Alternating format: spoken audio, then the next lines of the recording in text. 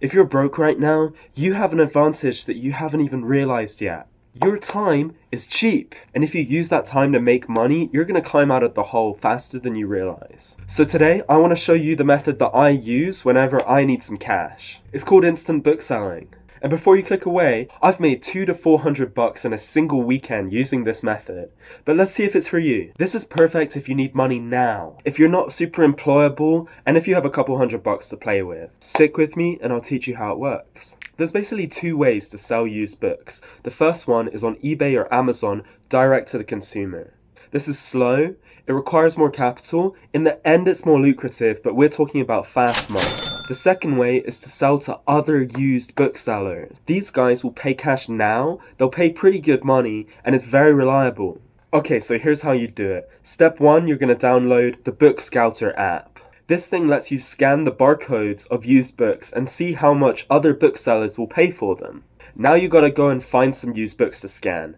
Go to a local thrift store. Don't go to the big ones like Savers or Goodwill because other book scouters have already been there and it's way harder to make money. The more obscure, the better. Look for ones that sell books for a flat rate like $1 per book rather than ones who price them individually or price them at like $3 per book. If it's $1, there's going to be way more than you can sell for a profit. So you're going to start scanning books. You pull out your phone, you're going to ignore the rom-coms, the children's books, the mystery novels, and the thrillers. They're basically pointless. The ones you will make money on are the non-fiction, the new fiction, women's issues, science, textbooks, business, self-help, spirituality. Those are the good genres. But the most important thing is the price they're selling the books for.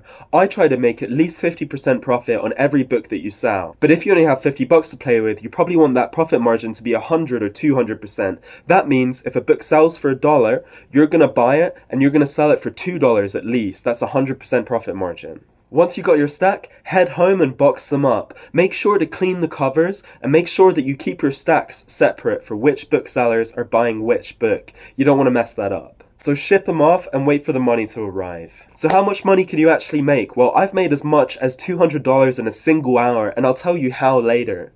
Usually you're going to make about $200 to $500 in a single weekend.